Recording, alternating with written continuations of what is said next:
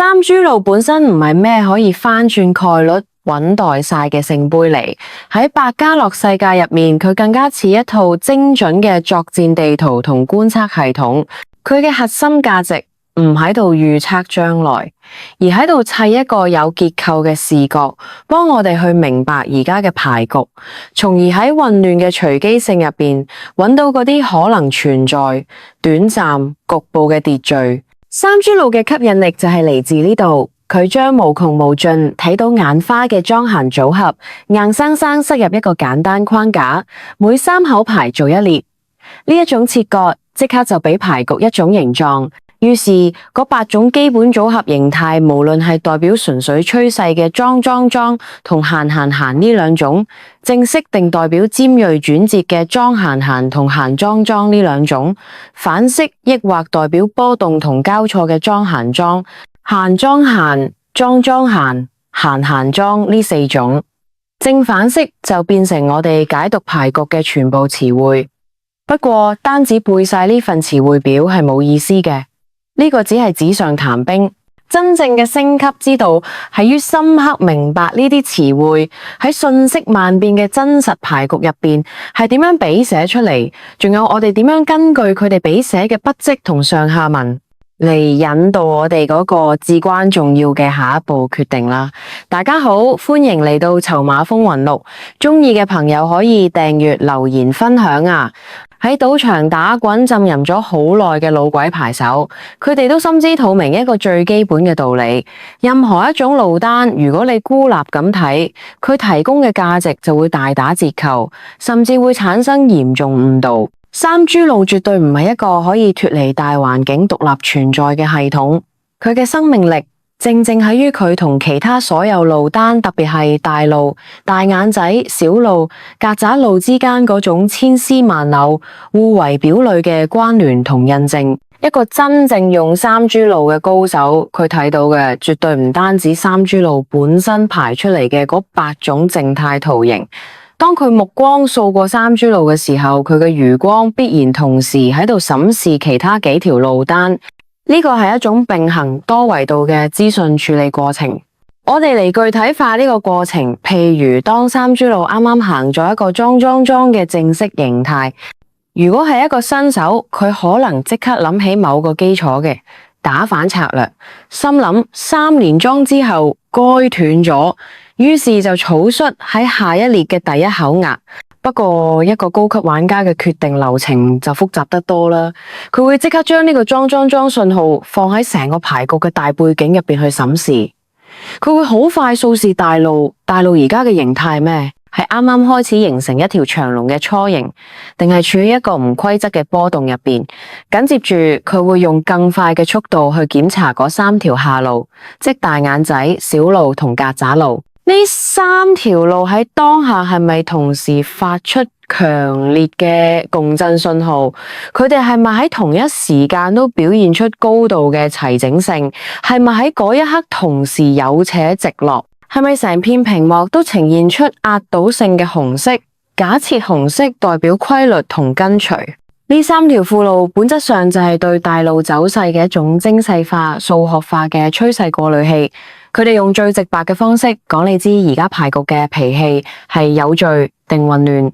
而家我哋嚟完成呢個決定，閉環如果三株路嘅莊出現嘅時候，大路顯示出強勢連莊嘅態勢，而且大眼仔、小路、曱甴路都同時一片飄紅。咁呢個莊就唔再係一個3連即止嘅信號，佢極有可能係一個警示，預示住一條真正嘅大長龍正喺度拉開序幕。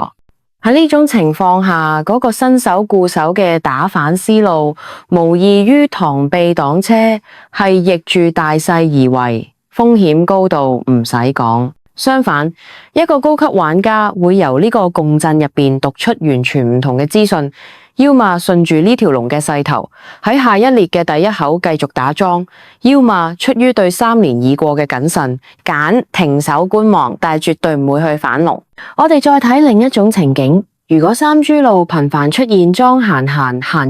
咁嘅反式，或者閒莊咁嘅正反式，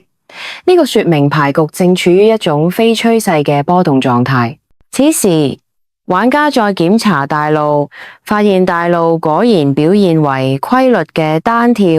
莊閒交替，或者兩房一廳、兩莊一閒，或者兩閒一莊。同時，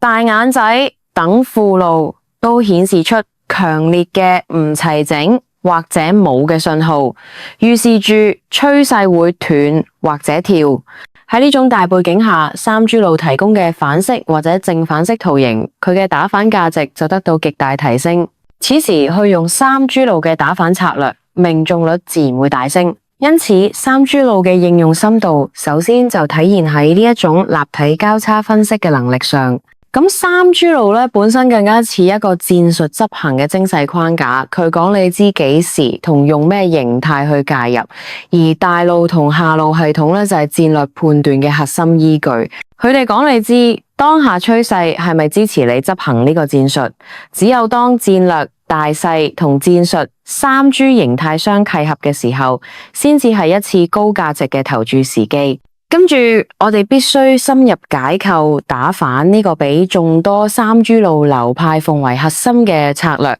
點解係打反呢個背後有樸素嘅概率直覺同長期嘅實戰觀察？喺完全理想無限嘅隨機模型入邊，嗰8種三豬組合出現嘅概率理論上係均等嘅，各佔12.5%。不過真實賭場牌局，特別係一虛有限嘅牌，通常八副佢絕對唔係一個完美嘅隨機分佈器，相反佢會喺唔同階段性時間入邊表現出強烈嘅趨勢性或者波動性嗰兩種正式組合。莊同閒，佢哋係極端趨勢嘅產物，代表牌局嘅秩序同連續。而另外6種組合咧，反式同正反式咧，就代表波動、轉折、唔連續同混亂。喺絕大多數牌局入邊，混亂同波動嘅時間係遠遠多過極端趨勢嘅時間。換句話講，喺大部分時候，牌局都處於一種唔連或者唔跳或者有規律跳動嘅狀態。因此，打反策略嘅本質就係一種壓住常態嘅哲學。佢假定極端趨勢長連係小概率事件，而波動同轉折嗰6種組合係大概率事件，所以佢揀去打嗰6種組合，而避開嗰2種正式組合。不過打反絕對唔係只有一種僵化嘅模式，佢嘅升級體現喺佢靈活多變嘅介入時機上。最基礎嘅打法可能正如前文講，以觀察為主，譬如每一列嘅第一口排出咗之後，我哋將佢當觀察口或者基準點唔投注。由第2口開始，我哋根據第一口嘅屬性，結合打反嘅邏輯，去預判第2口同第3口嘅走向。例如第一口係莊，我哋可能喺第2口打閒，如果第2口中咗閒，咁第3口我哋可能繼續打閒，博莊閒，或者打莊博莊閒。呢個係一種相對穩健、步步為營嘅模式，風險比有效控制喺後2口。不過更激進，亦都更考驗判斷力嘅3口博1口打法，就係由三豬列嘅第1口開始全面介入。呢種打法要求玩家根據前一列嘅完整圖形嚟預判同攻擊而家呢一列嘅第1口。舉個例，如果前一列係閒莊，反式玩家可能會預判牌局嘅波動屬性會延續，咁下一列好可能繼續行反式或者正反式入邊嘅某一種，於是佢可能喺呢一列嘅第1口就直接打莊。例如佢可能喺博莊閒或者莊閒嘅開端，如果第1口中咗，佢呢一列嘅任務就完成，即刻收工等下一列。如果第1口錯咗，佢會即刻啟動升級模式，喺第2口落注。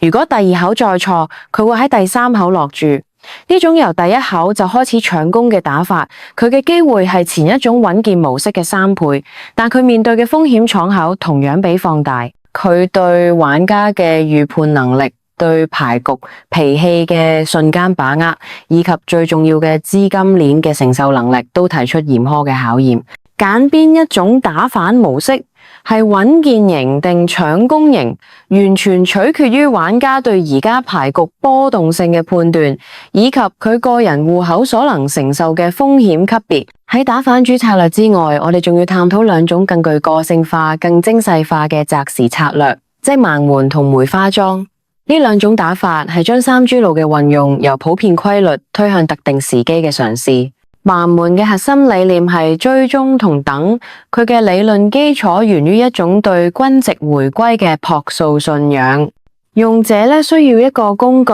紙筆或者程式嚟實時記錄8種三珠組合喺而家靴牌入邊各自分別出現咗幾多次。如果喺牌局進行到中段，玩家發現某一種特定組合，例如閒閒莊，喺過去幾十列入邊出現嘅頻率遠低過其他7種，甚至一次都未出現。咁呢個閒閒莊就被定義為而家嘅盲門。此時持有盲門策略嘅牌手就會好似一個耐性嘅獵人潛伏落嚟，靜靜地等。佢會放棄所有其他嘅投注機會，只喺當牌局嘅走勢，例如三珠列嘅前兩口開咗閒閒，有可能導向嗰個盲門組合閒閒莊嘅時候，佢先至會果斷喺第三口落注。呢個係基於統計滯後嘅捕捉思路，必須清醒咁認識到呢一種策略喺數學上並冇絕對優勢，因為每一次開牌依然係獨立嘅。雖然喺一個有限牌靴入邊有輕微聯繫，過去嘅蝕欠並唔構成未來必然出現嘅理由。不過喺實戰入邊呢一種策略提供一種強大嘅心理錨定同紀律框架，佢強迫玩家放棄嗰啲模棱兩可、衝動嘅投注，只專注一個高確定性、經過長期等候嘅目標。呢種等本身就已經過濾咗大量非理性噪音，而梅花樁就更加似一種戰術選點嘅藝術。呢個名本身就極富畫面感，佢意味住玩家嘅投注唔係線性嘅，而係點狀嘅。佢唔會盲目攻擊每一列，甚至唔係每一列都由頭打到尾。佢只係嗰啲佢覺得最關鍵、最能決定牌局走向嘅莊位上使力。呢啲莊位具體係邊度？呢個取決於玩家嘅流派。最常見嘅梅花樁就係三珠列嘅第二口或者第三口。點解係呢兩口呢？因為第一口係定性嘅，例如本列以莊開頭，佢只係一個基準。而第二口係第一個轉折點，佢決定本列會唔會走向連、魚莊莊定跳、魚莊閒。第三口就係決定性嘅。佢為呢一列三珠嘅最終形態蓋棺定論，係莊莊莊定莊莊閒，係莊閒莊定莊閒閒。梅花樁策略嘅精髓就係要求牌手喺開出第一口甚至第二口牌之後，能夠根據瞬息萬變嘅盤面，特別結合下路信號，迅速判斷出第三口可能嘅走向，並喺嗰個決定性嘅莊點上進行有針對性甚至加重注碼嘅攻擊。呢個係一種更主動、更具攻擊性，亦都更依賴盤感嘅短平快打法。佢要求玩家對三珠組合嘅演變路徑了如指掌，能夠喺極短時間入邊完成觀察、判斷、決定嘅循環。呢種打法機會相對稀少，但係每一次出手都凝聚晒玩家對牌局嘅全部理解，力求一擊制勝。而家我哋必須觸及今次探討嘅真正核心嗰個冠以升級之名嘅靈魂所在——資金管理，或者講得直白啲，就係注碼法。任何脫離資金管理嚟講嘅打法，都係空中樓閣。三珠路嘅基礎打法常常會結合一個極其簡單但亦都極其危險嘅虧損後加注模式，其中最出名嘅莫過於1-2模式。1到2呢一種模式通常係咁執行，牌手揀一個介入點，例如由某列嘅第二口開始打反，佢落注一個基礎單位1 unit。如果輸咗，佢喺下一個介入點，例如同一列嘅第三口落注2個單位2 units。如果呢2個單位嘅投注中咗，佢唔單止彌補咗前一手1個單位嘅虧損，仲額外攞到1個單位嘅盈利。此時本列嘅戰鬥結束，盈利1個單位，但如果呢兩個單位嘅投注再失手，咁呢一列嘅總虧損就係1+2等於3個單位。此時一個有紀律嘅牌手會即刻停止本列嘅投注，承認呢3個單位嘅損失，然後等下一列3珠重新由一個基礎單位開始。呢一種有限升級嘅模式，1到2同嗰種試圖贏翻晒嘅無限攬，如124816嘅馬丁格爾攬法，比佢嘅安全性已經有天壤之別。佢由根本上限制咗單次博弈嘅最大虧損，例如限定喺3個單位。佢嘅內在邏輯係，既然我哋揀嘅打反策略喺理論上係針對嗰6種大概率嘅波動形態，咁我哋嘅命中率理應唔差。因此咧，透過一個好細額嘅僅1級升級，我哋希望喺出現目標圖形嘅1到2手之內，即係第2口或者第3口，成功命中，從而快速實現回本並盈利嘅目標。呢種打法高度依賴策略本身嘅命中率，以及牌局而家嘅波動性。如果你嘅3珠路判斷持續準確，或者牌局嘅脾氣啱啱頻繁出現嗰6種波動形態，咁呢一種小額升級模式的確可以令你好似滾雪球咁快速穩定咁攰積盈利。不過咧，我哋必須用最清醒嘅腦袋咧去直視升級模式背後嗰個永恆嘅風險啦。即使係1、2模式咁看似最安全、最有限嘅小額升級，佢都無法抵禦連續失手。喺賭場真實環境入面，牌局嘅走勢係不可預測嘅。你完全有可能遭遇一虛唔講道理嘅牌，佢可能長時間黏合埋一齊，頻繁出現莊或者閒嘅正式形態。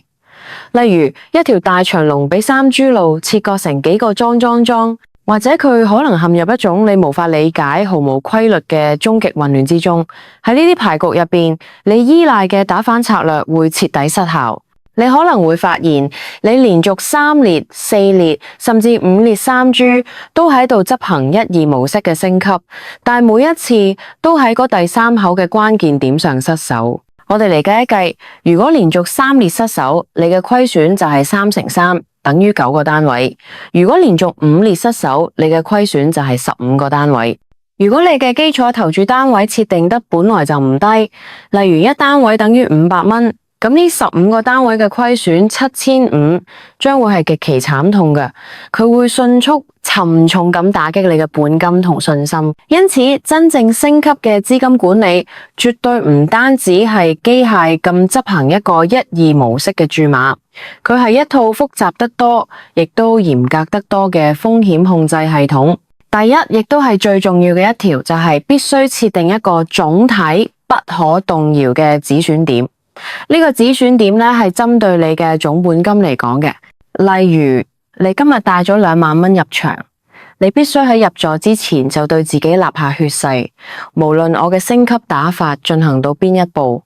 無論我而家係幾上頭，只要我總虧損觸及到5000蚊，即係總本金嘅25%，我必須即刻無條件停止兌換籌碼，離開賭場。呢個係你嘅生命線，市場永遠喺度，牌局永遠有，但你本金一旦冇咗，你就永遠冇咗翻盤嘅資格。第二，你嘅基礎投注單位個1咧代表幾多錢，必須經過嚴格計算，佢必須同你嘅總資金量同策略容錯率相匹配。一個科學嘅設定方法係反向推演，你先問自己，你嘅1、2模式升級打法，你最多能承受佢連續失敗幾多次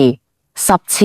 定20次？假設你能夠承受佢連續失敗10次，每次失敗嘅成本係3個單位，咁你總止損額度就係30個單位。如果你 set 定嘅總止損點係5000蚊，咁5000除30，你得出嘅基礎投注單位就大約係160蚊，呢個先至係你嗰1嘅真正價值。如果你嘅總資金量只能承受得起2、3次咁嘅打擊，嗰個只說明你嘅基礎單位設定得太高咗，你係用大炮打蚊子，你嘅風險敞口係極度危險嘅。第三，設定一個盈利目標。喺賭場入邊，止盈嘅難度往往遠大過止損，因為止損對抗嘅係恐懼，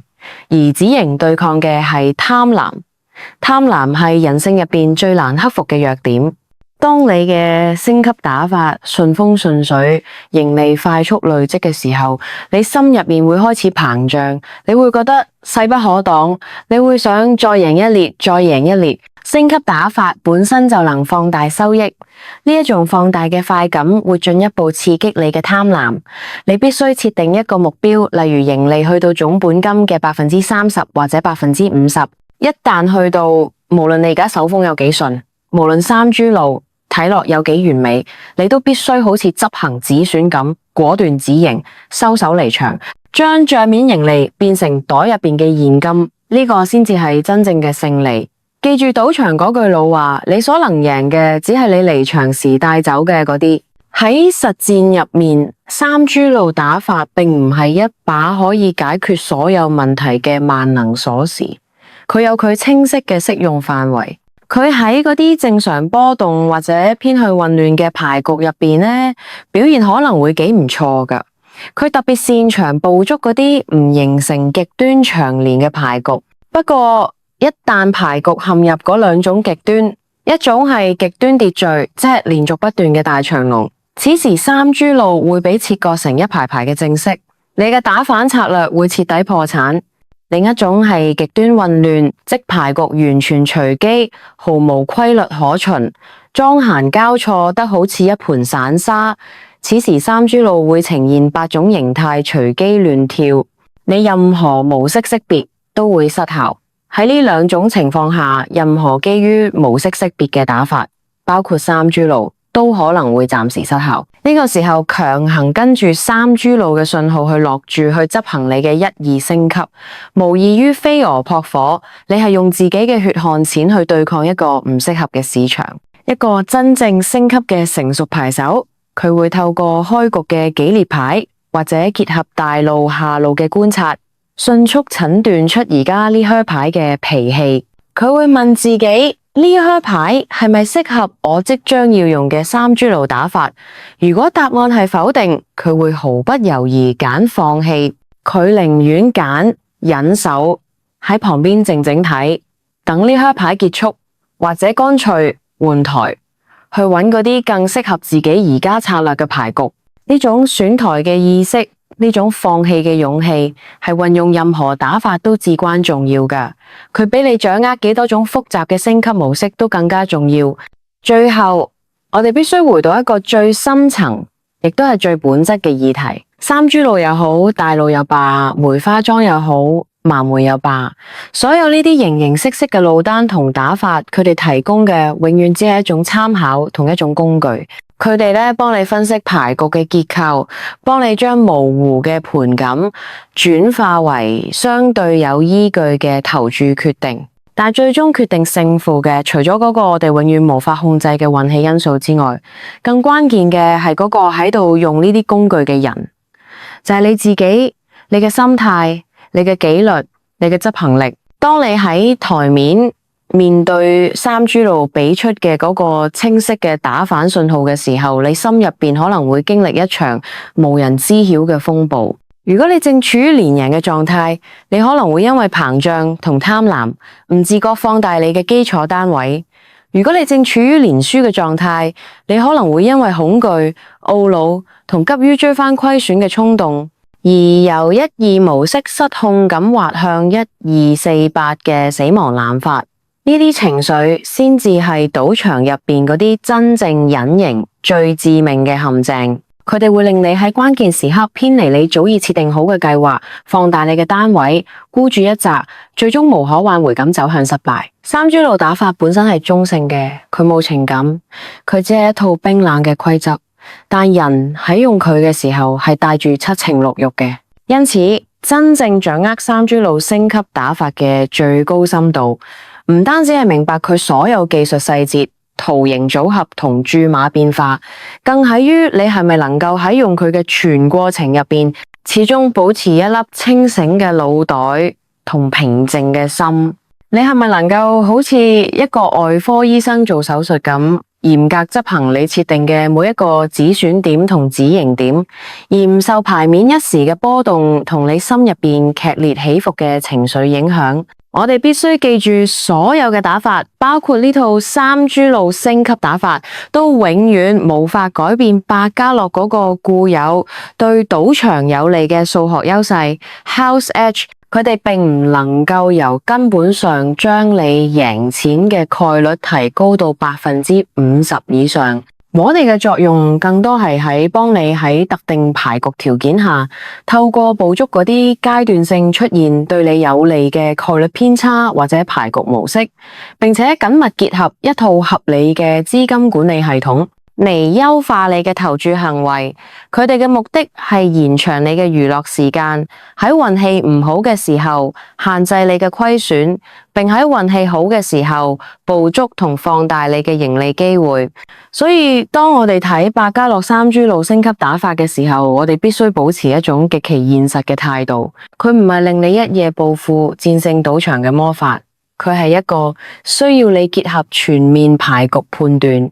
多路交叉驗證、嚴苛資金控制、止損止盈同單位設定，以及鋼鐵般嘅心理紀律、情緒控制嚟綜合使用嘅高級工具。深入明白佢，勤奮喺實戰入邊練習點樣喺唔同牌局入邊靈活用佢。更重要嘅係永不停歇咁磨練你自己嘅心理素質同紀律性。只有咁，你先至有可能喺百家樂呢個充滿誘惑同陷阱嘅戰場上，真正升級，成為一個更成熟、更理性、更識得點樣存活落嚟嘅牌手。呢個先至係呢套打法背後真正值得我哋追求嘅升級之道。